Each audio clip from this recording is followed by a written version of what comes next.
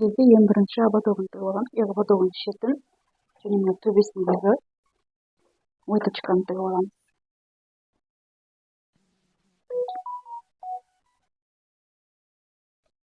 Ең бірінші закрепка беріп аламыз.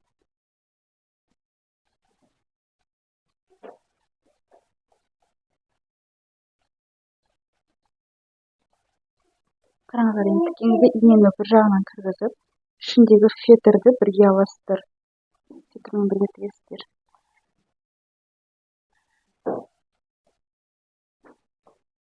Бір шетінен аласыздар, үстіндегі фетерді қосып аласыздар. Себебі сыртындағы мата клей етілген, клей ажырап кетуі мүмкін. Осымен ең жақын арасын жақын етіп, аяғына дейін тігіп шығамыз.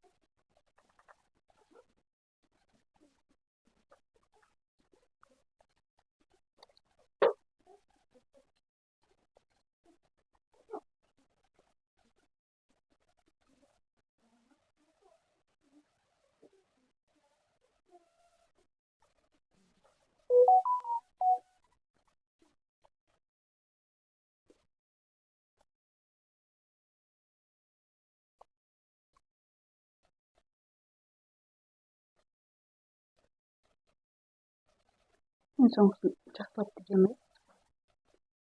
Босап кетпеу үшін екі-үш рет закрепка беріп.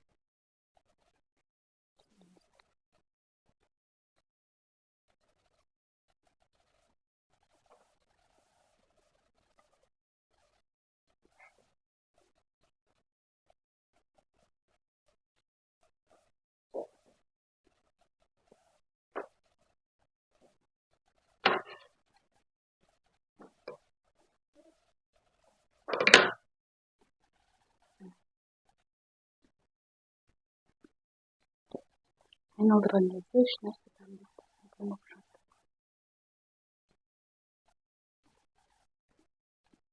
Міне тігіп шықтық. Айналдырған кезде осындай әдемі болып шығады. Енді выточкасын тігеміз.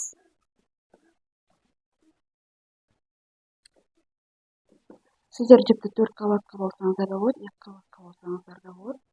Мықты болсын деп сендер 4 қабатқа жіпті сақтап алсаңыздар болады.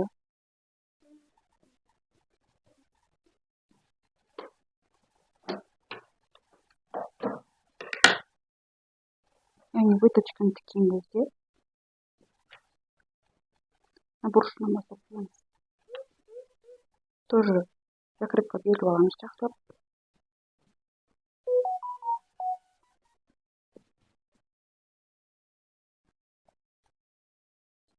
Дальше тіге береміз, айналдырып.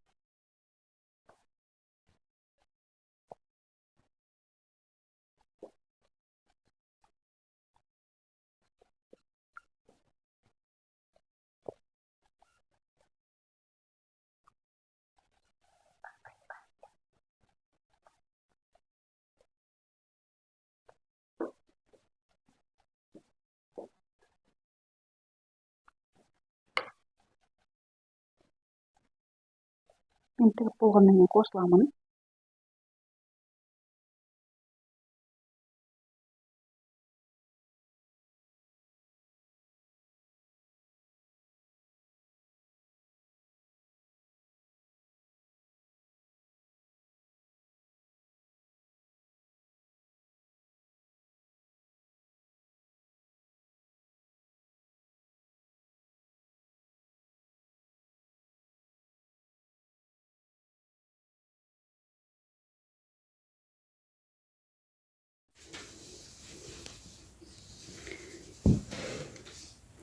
Асты мен үстін қосамыз, яғни асты мен үстін қосқанда тігістері бірдей түсу керек.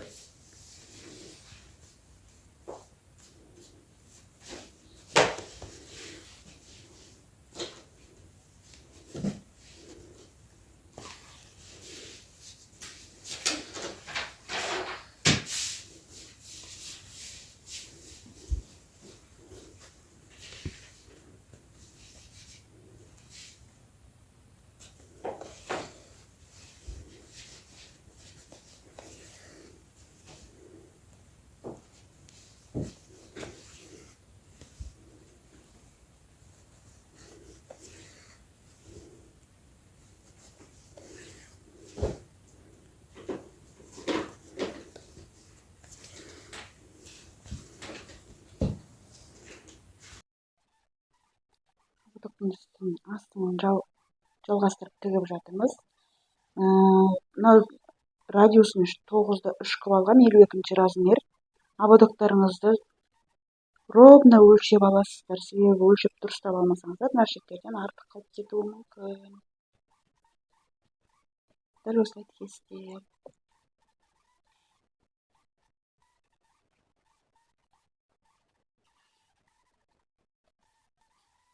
астыңғы фетрді міндетті түрде қосып аламыз. Себебі мына жерге мата клейт етілген фетрге матаны ғана алып тіксеңіздер, кейін ашылып кетуі мүмкін. Клейлері ашылып кетуі мүмкін. Фетрмен бірге алып тігесіздер.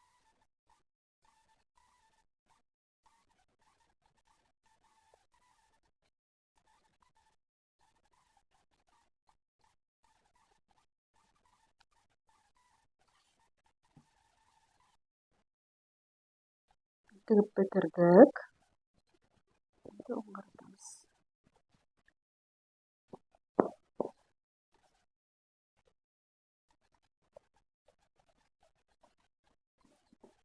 Тістері ешқандай көрінбейді, өте әдемі болып шығады.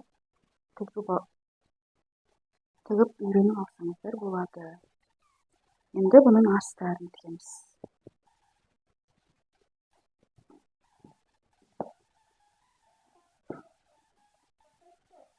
Астарды тікпеу үшін мына жерге әдемілік моншақтап узорлап алсаңыздар болады.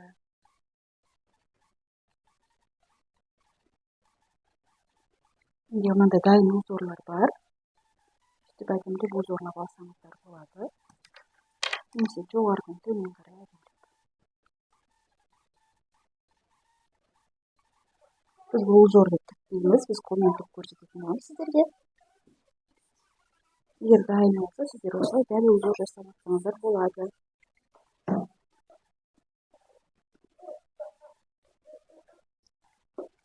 Болмаса мынандай осындай бар.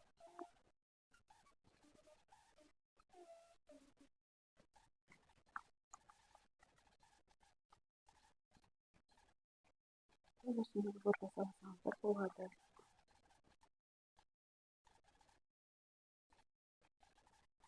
Бұл менде белдік.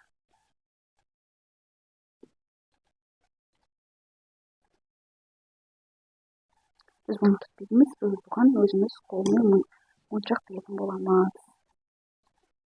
Астарды моншақ тіккеннен кейін барып қосатын боламыз. Іші дәл осылай. Дәл осылай болады.